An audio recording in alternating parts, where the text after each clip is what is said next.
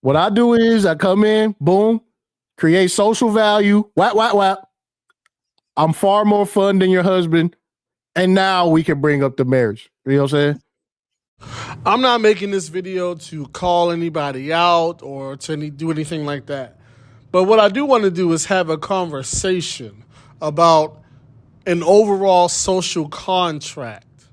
Because what I see these days is we have a lot of conversation about what's wrong with men, what's wrong with women, what's wrong with marriage, what's wrong with the family, the modern woman this, the modern man that.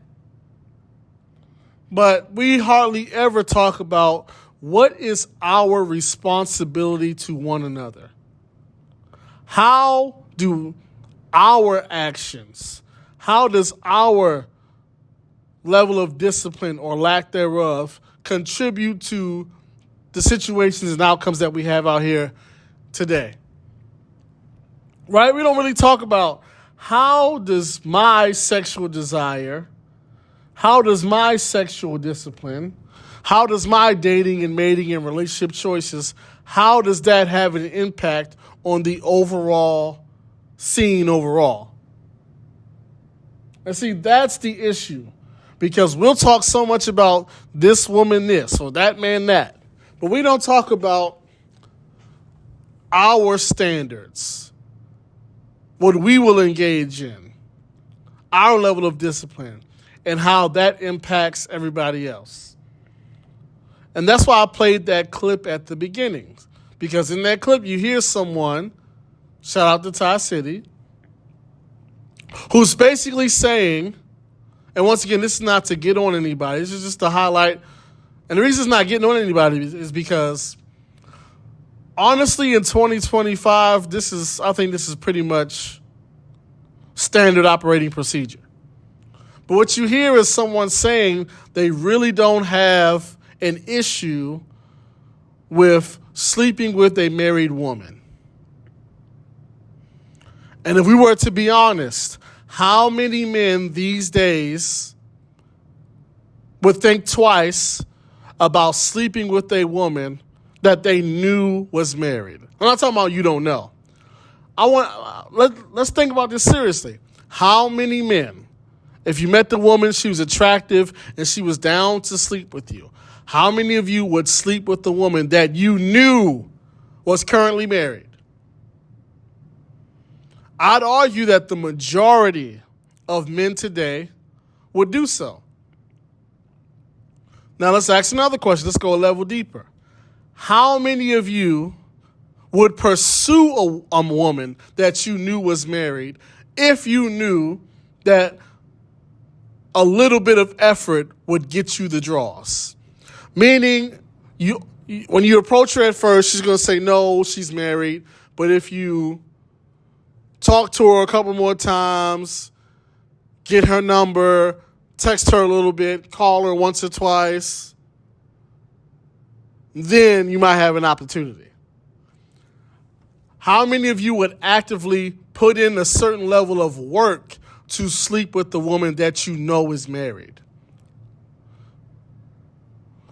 I'd also say the percentage of men that would put in some amount of work to sleep with the woman they knew was married, it's a very high number. Then let's go on the flip side with the ladies. How many women, if the man is attractive, if he's nice to you, he's sweet, you're interested, if you found out he was married, how many of you would still sleep with them? Let's take it a step further. If he was willing to listen to you or be there for you or do certain things here and there for you, like, maybe give you $100 for this or $60 for that, or look at your car and take care of that, or come on, be a mentor to your son. If the man was willing to do something for you that you need, how many of you would sleep with and or be in a whole relationship with a man that you know is married? The percentage, I guarantee you, is higher than you would think it would be.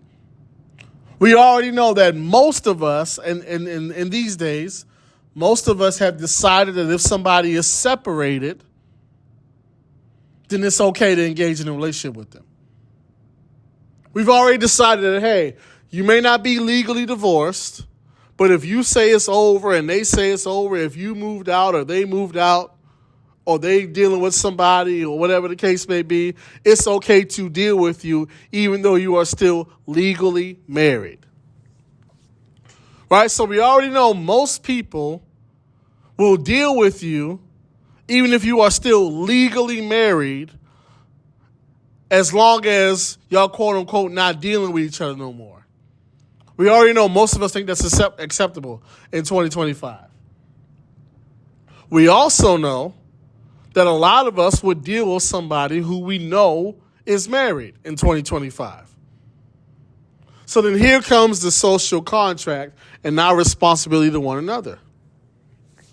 If so many of us are willing to deal, matter of fact, let me put it another way.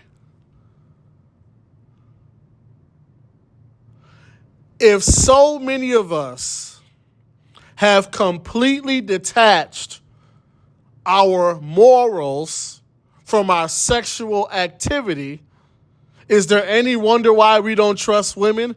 Is there any wonder why women don't trust men? Let me ask that again. Seeing as there's so many of us who have completely detached our sexual activities and desires from morality, is there any wonder why we don't trust one another? Is there any wonder why there's so much cheating? Is there any wonder why there's so much divorce? Think about it. They're directly connected to one another. Most of us have separated our sexual desires and activity from morality. Meaning, if we feel like we want to do something with somebody sexually, we've completely convinced ourselves that regardless of who we're doing it with, how many people we're doing it with, what their relationship status is, what our relationship status is, we've completely convinced ourselves that it's all good, there's nothing wrong with it, you're not a bad person, you're just doing what you want to do and it's all good. So if we're all actively helping to create a culture where wherever you want, whatever you want to do sexually is A-okay, how are we then turning around saying, oh, you can't trust the woman, you can't trust the men, oh, you don't want to get married, oh, this one cheats.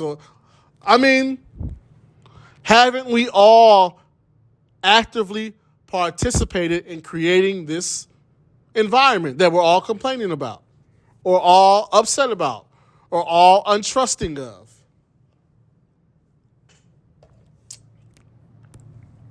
Let me ask you another question. We all have certain standards and beliefs and morals and practices. We all do, right? So let me ask you this. If you came across a man or a woman and their whole belief system, their whole worldview, how they live their lives, how they express themselves, how they act, is the complete opposite of everything you say you believe in, would you still engage with them in a completely sexual relationship?